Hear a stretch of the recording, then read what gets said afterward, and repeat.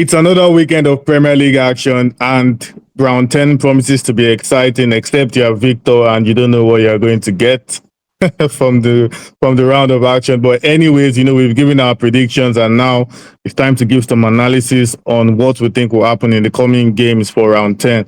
First off, Victor, we're starting with Brighton. Brighton are one of those teams where their performances have not reflected in their league standings. They are not in the top half of the table so far.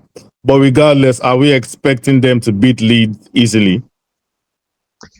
I don't know about easily since they don't seem to like doing things that way. But yeah, they've been great at home for half a year now, and I refuse to believe they'll choke against a newly promoted side.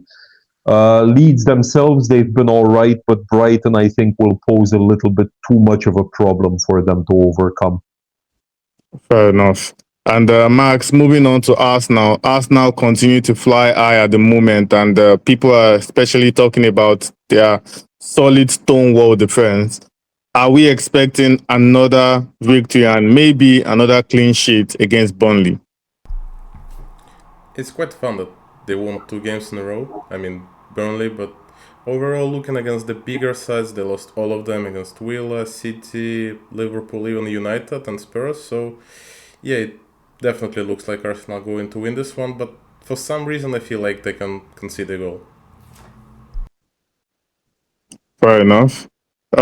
Crystal Palace are without a win in their last 3 Premier League games. Victor, this one is for you. But after beating Liverpool, maybe Liverpool 2 or Liverpool 3, who knows, in midweek, will they be able to see off Brentford this weekend?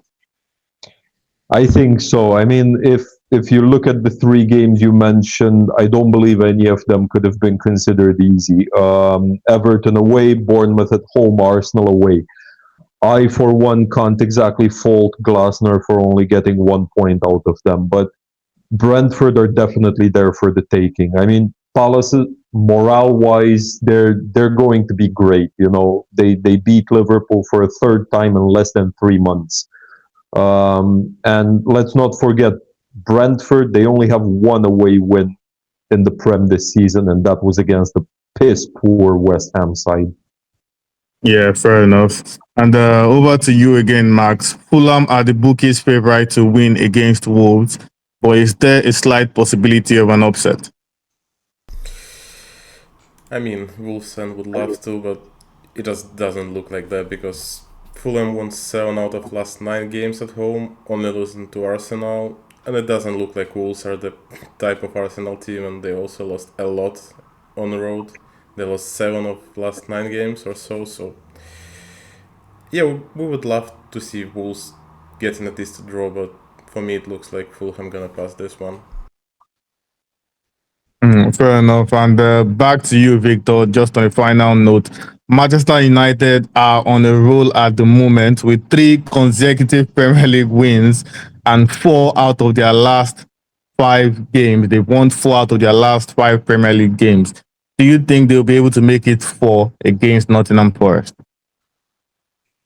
Max, please don't look at me like that. I know you're trying to appeal to my sentimental side, but it's not going to work. No, I think we'll see a draw here. I think Sean Dyche will do Sean Dyche things, park the entire bus depot, dig trenches, hit on the counter. I think Cunha will probably hit the woodwork once or twice. He's going to be doing his best Darwin Núñez impersonation, and that will end up seeing a 0-0 or a 1-1. Wow. United to draw against Forest. I'll be glad if that happens. But yeah, we're just going to have to wait and see how that unfolds. I definitely want that fan to not get a haircut. So I'm in support of you, Victor. Long may they continue to grow. But anyways, those are our analysis for the first round of games, and we've still got another video where we'll be discussing all that would happen in the remainder of the games for round 10. Stay tuned so you don't miss out.